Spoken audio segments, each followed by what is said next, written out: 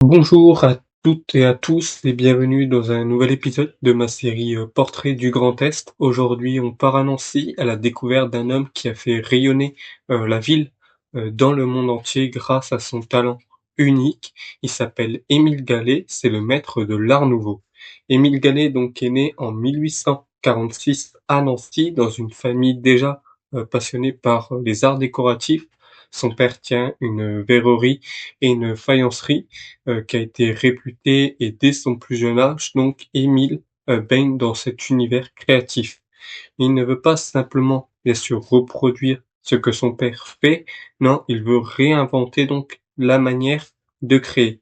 Et ce qui fascine Gallet, c'est la nature, les plantes, les fleurs, les insectes, tout ce qui vit en fait. Et il commence à dessiner, à observer les formes naturelles et à s'en inspirer dans ses créations de verre et de bois. Très vite, il comprend que la nature n'est pas juste une belle et elle est inépuisable.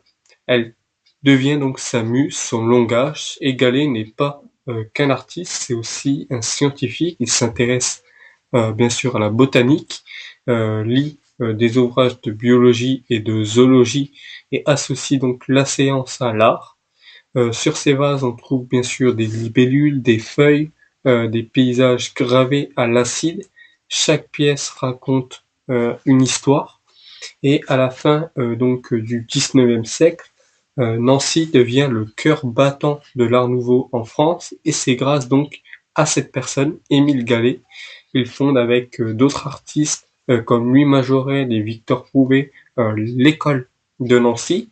C'est un mouvement qui prône un art total, de la verrerie à l'architecture, en passant par le mobilier et la décoration. Leur credo, faire entrer l'art dans la vie quotidienne. Les créations de Gallet sont aujourd'hui exposées dans les plus grands musées du monde. Son style reconnaissable entre mille mêle élégance, poésie et technicité. En 1889, il reçoit bien sûr la médaille d'or à l'exposition universelle de Paris.